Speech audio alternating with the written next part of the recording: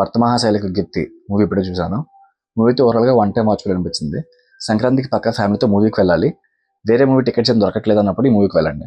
నేనైతే మూవీని రికమెండ్ చేయను, ఎందుకంటే రొటీన్ స్టోరీ. అప్పుడు ఎప్పుడో వచ్చిన ఇంట్లో వెళ్ళాలి వంటలో ప్రియుల సినిమాని ఆశ దింపేశారు. ఇందులో కూడా హీరో స్పెయిన్ వెళ్తాడు, అక్కడ సెకండ్ హీరోయిన్ కలుస్తారు, అనుకోకుండా కనెక్ట్ అవుతారు. కాకపోతే హీరోకి ఆల్రెడీ పెళ్లి అయింది. సో ఆ వైఫ్ ని, ఈ సెకండ్ హీరోయిన్ హీరో ఎలా మేనేజ్ చేస్తాడు, లాస్ట్ లో వాళ్ళ వెనకాల ఇన్వెస్ట్ చేస్తాడు. అదే సినిమా, కొత్తగా ఎట్లేదు. ఈ మూవీలో మెయిన్ మైనస్ ఏంటంటే సాంగ్స్. ఎందుకు వస్తున్నాయి ఎందుకు వెళ్తున్నాయి అర్థం కాదు, వస్తూ వెళ్ళిపోతుంటాయి. కార్తీక్ దీపం సాంగ్ కూడా రీమిక్స్ చేశారు, అదంతా వర్కౌట్ అవ్వలే. అండ్ ఈ మూవీలో కామెడీ అన్ని రకాల ఆడియన్స్కి ఎంగేజ్ చేయదు, ఎవరో కొంతమందిని మాత్రం నవ్విస్తుంది. ఈ మూవీలో క్యాస్టింగ్ అయితే చాలా బాగుంది. సునీల్ కానీ, వెన్నెల కిషోర్ కానీ, 90s కిడ్ కానీ, అండ్ సత్య గారు కానీ చాలా బాగుంది. హీరోయిన్ రోల్స్ కొంచెం ఆపోజిట్గా చేస్తే నాకు బాగా అనిపించింది. డింపుల్ హయాతి గారికి వైఫ్ క్యారెక్టర్ సెట్ కాలేదు. అండ్ ఓవరాల్గా ఈ మూవీ అయితే వన్ టైం వాచబుల్. ఈ టికెట్ ప్రైజెస్కి మూవీ అవుట్పుట్గా కథ అనిపించలేదు.